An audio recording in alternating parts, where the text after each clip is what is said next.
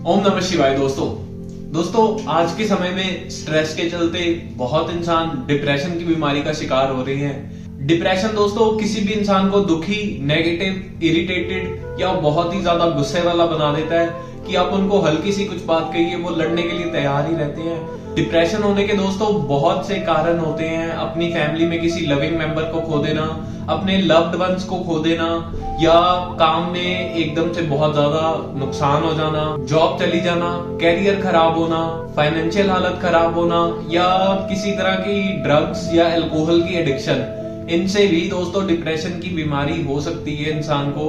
किसी भी इंसान की कुंडली से दोस्तों डिप्रेशन का आसानी से पता लगाया जा सकता है, क्योंकि कुंडली का जो फर्स्ट हाउस होता है वो इंसान को दर्शाता है कि उसका बिहेवियर कैसा होगा, उसका आने वाला टाइम कैसा होगा। ये सब कुछ पहले घर से पता चल जाता है। और दोस्तों कुंडली में जो चंद्र ग्रह होता है वो इंसान के दिमाग को रिप्रेजेंट करता है, उसके माइंड को रिप्रेजेंट करता है। फॉर एग्जाम्पल दोस्तों अगर चंद्रमा किसी इंसान के 6, 8 या 12 इन घरों में हो तो दोस्तों इंसान को डिप्रेशन की बीमारी होने का खतरा होता है। उसके अलावा दोस्तों अगर कुंडली में चंद्र ग्रह जो है वो शनि, राहु, सूर्य या मंगल इन ग्रहों के साथ बैठा हो दोस्तों तो भी वो इंसान को डिप्रेशन होने का खतरा रहता है। और दोस्तों इसके बाद अगर चंद्रमा के ऊपर किसी तरह से राहु, केतु या शनि की दृष्टि पड़ रही हो या किसी भी तरह से कुंडली में इनका कनेक्शन बन रहा हो तो भी दोस्तों इंसान को जो है वो डिप्रेशन की बीमारी होने का खतरा रहता है। इसके अलावा और भी बहुत सारे कॉम्बिनेशन होते हैं दोस्तों जिनसे हम ये पता लगा सकते हैं पहले ही कि इंसान इन फ्यूचर भी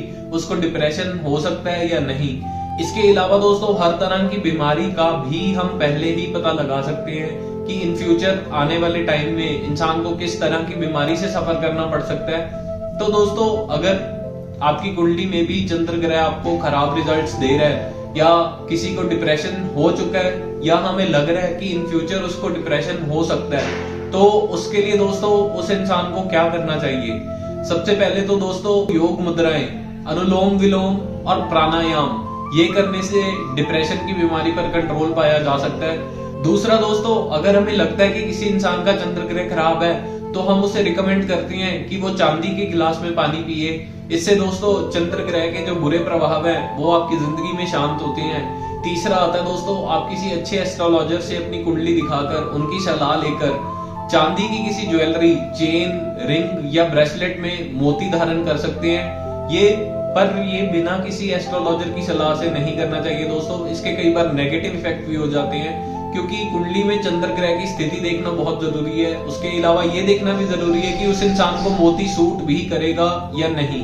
उसके बाद आ जाता है दोस्तों आपको डेली शिवलिंग पर जल अर्पित करना चाहिए। इससे भगवान शिव प्रसन्न होते हैं और आपको चंद्र ग्रह के बुरे प्रभावों से बचाते हैं। उसके अलावा दोस्तों आप मंडे के दिन अगर फास्ट करेंगे इससे भी दोस्तों आपकी जो डिप्रेशन की बीमारी है या आपको दिमागी किसी भी तरह की टेंशन, स्ट्रेस रहता है उससे आपको छुटकारा मिलेगा। अब दोस्तों हमारे एस्ट्रोलॉजी में ये कहते हैं कि चंद्र ग्रह जो है वो माँ को दर्शाता है और सूर्य ग्रह जो है वो फादर को दर्शाता है। तो दोस्तों अगर आपकी कुंडली में चंद्र ग्रह खराब है तो आप अपनी मदर का ध्यान रखिए, उनसे बेफालतू में लड़ाई झगड़ा ना कीजिए, बहस ना कीजिए, अपनी माँ की इज्जत करें और उनकी जितनी हो सके उतनी सेवा करें। इससे भी दोस्तों चंद्र ग्रह जो है आपको बुरे प्रभाव देना आपके जीवन में बंद कर देता है और आपको अच्छे फल देता है। ये दोस्तों कुछ बेसिक से उपाय थे।